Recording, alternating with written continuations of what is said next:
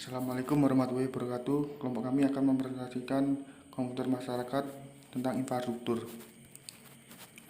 Definisi infrastruktur TI.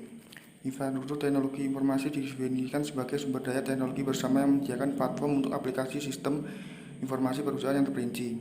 Infrastruktur TI meliputi investasi dalam perangkat keras, perangkat lunak, dan layanan seperti konsultasi, pendidikan, dan pelatihan yang tersebar di seluruh perusahaan atau tersebar di seluruh unit bisnis dalam perusahaan.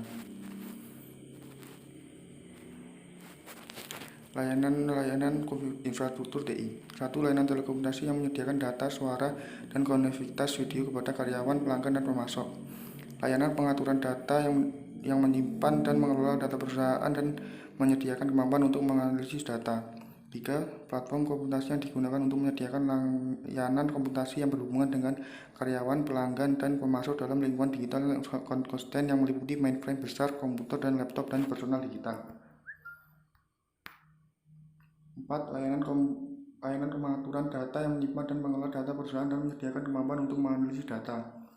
5. Layanan peranti lunak aplikasi menyediakan kemampuan untuk keseluruhan kemampuan seperti sistem perencanaan sumber daya perusahaan, manajemen hubungan pelanggan, rantai pasokan, dan manajemen pengetahuan yang digunakan bersama-sama oleh seluruh unit bisnis.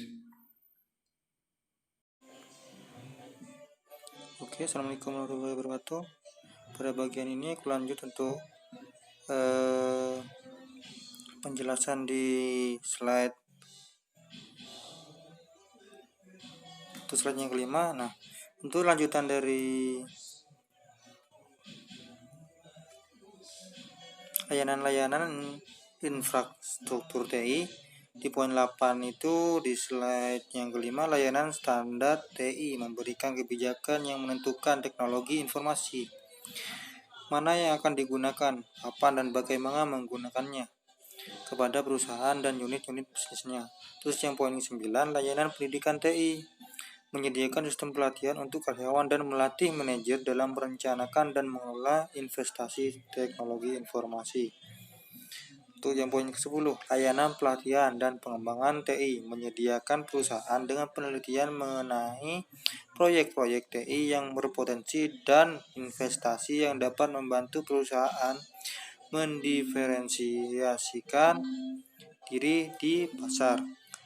Nah, untuk evolusi infrastruktur TI pada tahun 1950 sampai 2007.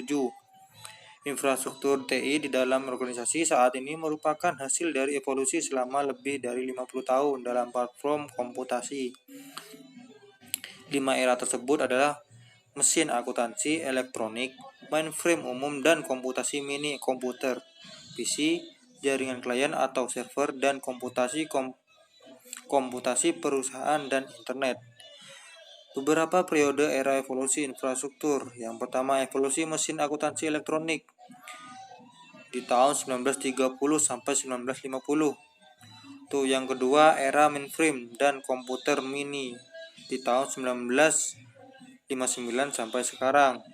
Terus yang ketiga, era PC 1981 sampai sekarang. Terus yang keempat, era klien atau server pada tahun 1983 sampai sekarang. Terus yang kelima, era komputasi internet perusahaan itu dimulai 1992 sampai sekarang. Di sini ada beberapa gambar yang sudah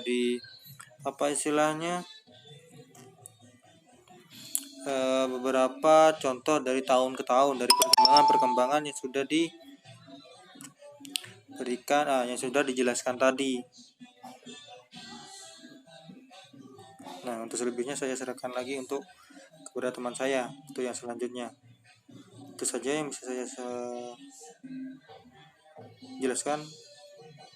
Selebihnya mohon maaf. Assalamualaikum warahmatullahi wabarakatuh. Saya akan melanjutkan presentasi Adib yang dibaca Adib. Evolusi infrastruktur TI 1956. Infrastruktur TI dalam organisasi saat ini merupakan hasil evolusi lebih dari 50 tahun. Dalam platform komputasi ada 5 tahap evolusi. Masing-masing evolusi memberikan konfigurasi daya komputer dan elemen-elemen infrastruktur yang berbeda. 5 arah tersebut dalam mesin akuntansi elektronik, mainframe umum, dan komputasi mini, komputer, VC, jaringan client atau server, dan komputasi perusahaan dan internet. Yang ke-10 terus lanjutannya, aplikasi infrastruktur masyarakat. Infralib adalah aplikasi berbasis mobil yang website yang bisa memberikan informasi mengenai proyek infrastruktur di Indonesia. Aplikasi ini dibuat oleh PT Sarana Mukti Komputer Persero. Lanjutannya,